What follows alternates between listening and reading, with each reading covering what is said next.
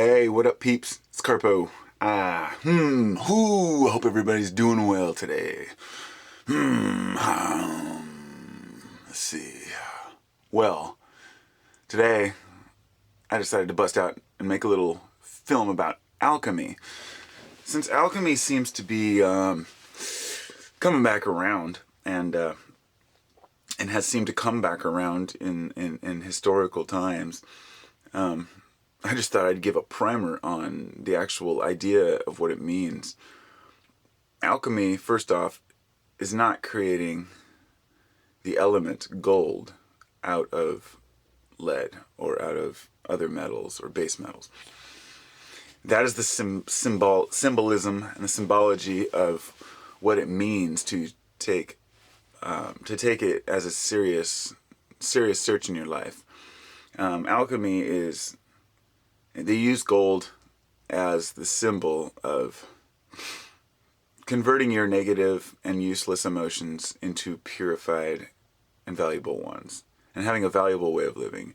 The alchemy of transformation is not about metals. It's about the transformation of man into a state of being to where he is everlasting and content with himself and content with his surroundings and living properly.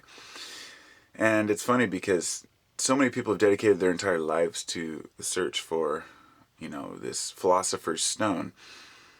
And it's kind of funny that they call it the philosopher's stone, because that gives you kind of a hint into what it really means, alchemy. But people believe the possession of this stone would give you everlasting life and eternal life and all awareness and whatnot. Well, these are things we have to work towards, and I think that each person is responsible for their own alchemy in their life. And it really is symbolic. It wasn't there was never actual scientists pouring chemicals together to try to make gold. I mean, there were, but the original basis for it was never based on materials.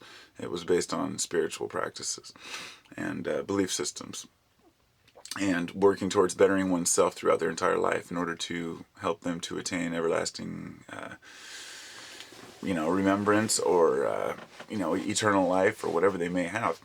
So the first step in becoming an alchemist is to realize that you're a faulty human being and that you have many mistakes that you've made in the past. And the only way to move forward is to correct those mistakes. Now, if a person can't admit they've made mistakes and they think that they lived a perfect life, then nobody can help them. I mean, no matter how hard I try, I still make mistakes. I've met some of the nicest people in the world and they've still got attitudes. I've met people who just seem so put together, but you bring up one thing and they flip out. Or seen religious leaders and gurus that seem to be completely well together, who've spent 20 years of their life in spiritual enlightenment, but you say one thing and their ego jumps out at you. It's the constant search for the perfection of human existence. And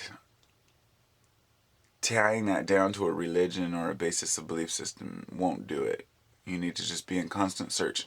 So I just wanted to kind of throw that out there because I've heard people talk about alchemy in the past, and I don't think that they really get the grasp of what alchemy means. So there it is. It's the transmutation of the human spirit into perfection, if there is such a thing as perfection, or at least the improvement of the human soul. There we go.